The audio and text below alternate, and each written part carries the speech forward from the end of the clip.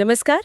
आज हम इतिहास के पन्नों में थोड़ा और गहरे उतर रहे हैं, मुगल बादशाह अकबर के दौर में।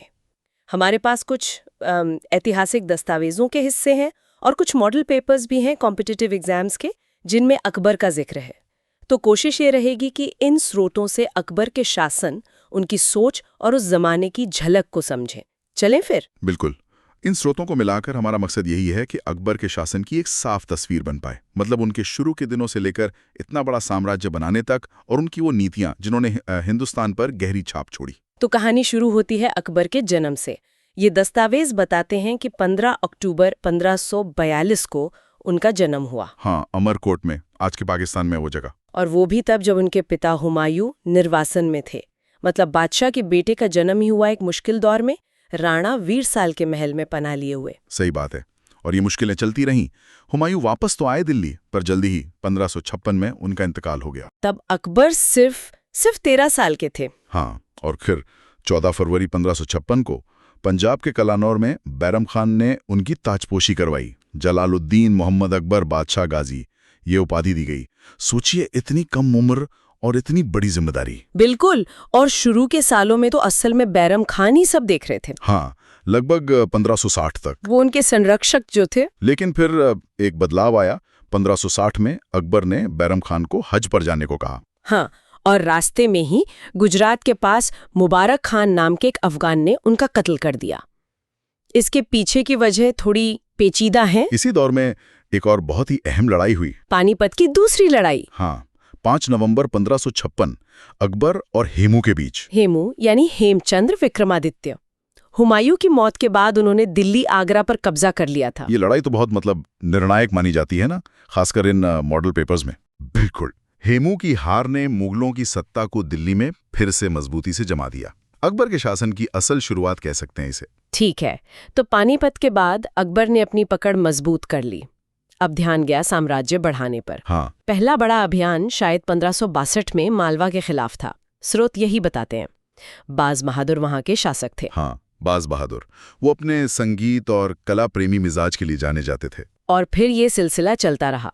1564 में गोंडवाना पर जीत, रानी दुर्गावती के खिलाफ, वो भी एक बड़ी लड़ाई थी। फिर 1572 में गुजरात की तरफ। ये जीत तो काफी अहम रही होगी। बहुत अहम।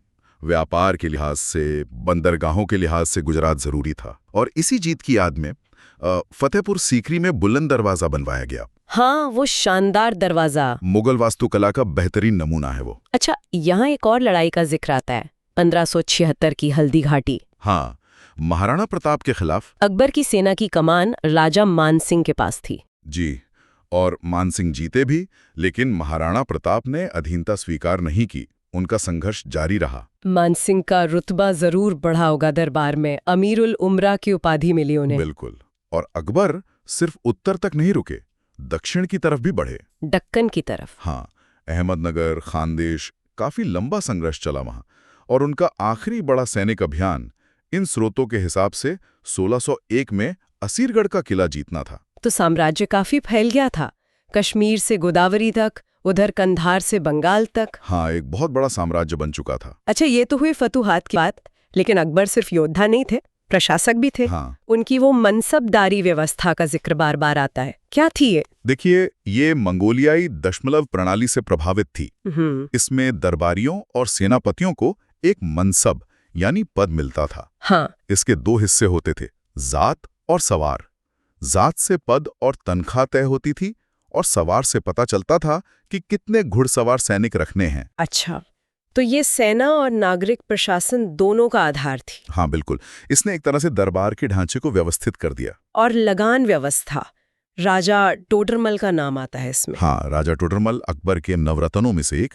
उन्होंने जब्ती या दहसाला व्यवस्था लागू की। दहसाला मतलब 10 साल। हाँ, इसमें पिछले 10 साल की औसत पैदावार और चीजों के भाव के आधार पर लगान तय होता था, नकद में। ये कब लागू हुई? ये 1580 में लागू हुई।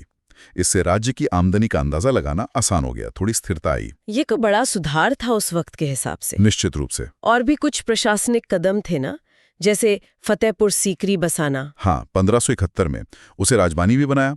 हालांकि बाद में पानी की कमी की वजह से आगरा वापस लौटना पड़ा। अच्छा, और वो घोड़े दागने की प्रथा? वो 1574 में फिर से शुरू की ताकि सेना में घोड़ों की हेराफेरी रोकी जा सके। और 1575 में? इबादत खाना। हाँ, फतेहपुर सीकरी में पूजा घर या कह लें चर्चा घर। ये इबादत खाना तो बहुत महत्वपूर्ण साबित हुआ आगे चलकर, है ना? बिल्कुल, यहीं से अकबर की सोच में वो बड़ा बदलाव आना शुरू हुआ। पहले तो सिर्फ सुन्नी उलेमा आते थे बहस करने, फिर उनकी आपसी कट्टरता देखकर अकबर थोड़े निराश हुए। फिर उन्होंने शिया, हिंदू पंडित, जैन मुनि, पारसी, ईसाई सबको बुलाना शुरू कर दिया। अच्छा, हाँ, तो अलग अलग धर्मों के लोगों से चर्चा होने लगी। हाँ, और इससे अकबर को अलग अलग नजरिए समझने का मौका मिला। उनकी अपनी सोच खुली। और यहीं से उनकी वो खास धार्मिक नीति की शुरुआत हुई शायद। हाँ, बिल्कुल। कुछ तारीखें ध्यान में आती हैं। 1562 में दास प्रथा खत्म की, युद्ध बंदियों को गुलाम बनाने पर रोक। 1563 में तीर्थ यात्रा कर हटाया, हाँ, जो हिंदुओं पर लगता था। और 1564 में जजिया कर भी खत्म कर दिया। ये बहुत बड़ा कदम था। ये गैर मुसलमानों पर लगता था। उस जमाने के हिसाब से ये बहुत प्रगतिशील कदम थे। ये सब उनकी सुलह कुल की नीति का हिस्सा था। हाँ, सुलह कुल यानी सबसे शांति। अकबर का मानना था कि बादशाह को अपनी सारी प्रजा का ख्याल रखना चाहिए, धर्म के आधार पर भेदभाव नहीं करना चाहिए। और इसी सोच को आगे बढ़ाते हुए 1582 में उन्होंने दीन इलाही की घोषणा की। हाँ, जिसे तौहीद इलाही भी कहते हैं, मतलब ईश्वर की एकता। ये कोई नया धर्म नहीं था जैसा कुछ लोग समझते हैं। तो क्या था ये? ये एक तरह का पंथ या विचार कह सकते हैं, जिसमें अलग अलग धर्मों की अच्छी बातें लेने की कोशिश थी। वफादारी बादशाह के प्रति जरूरी थी इसमें। स्रोत बताते हैं कि अबुल फजल इसके मुख्य पुरोहित थे। हाँ, अकबर के करीबी दोस्त और विद्वान। और इससे अपनाने वाले पहले और आखिरी हिंदू दरबारी बीरबल थे। हाँ, राजा बीरबल, जिनका असली नाम महेश दास था। लेकिन ये चला नहीं ज्यादा। नहीं, बहुत कम लोगों ने इसे अपनाया। शायद ये अकबर के व्यक्तिगत विचारों से ज्यादा जुड़ा था, और उन्होंने इसे किसी पर थोपा भी नहीं। अकबर की मौत के बाद तो ये लगभग खत्म ही हो गया। लेकिन वो सुलह कुल वाली सोच, हाँ, उसका असर ज्यादा गहरा रहा। उसने साम्राज्य में एक सहिष्णुता का माहौल बनाने में मदद की। अच्छा, अब जरा दरबार की रौनक और कला संस्कृति पर आते हैं। 9 रत्नों का जिक्र तो सबने सुना है। हाँ, 9 रत्न। अबुल फजल, जिन्होंने अकबरनामा और आईने अकबरी लिखी। उनके भाई फैजी, वो भी बड़े शायर थे। बिल्कुल, और उन्होंने लीलावती का फारसी अनुवाद किया था। गणित की किताब। हाँ, फिर तानसेन, संगीत सम्राट। उन्हें कंठाभरण वाणी विलास की उपाधि मिली थी। सही कहा।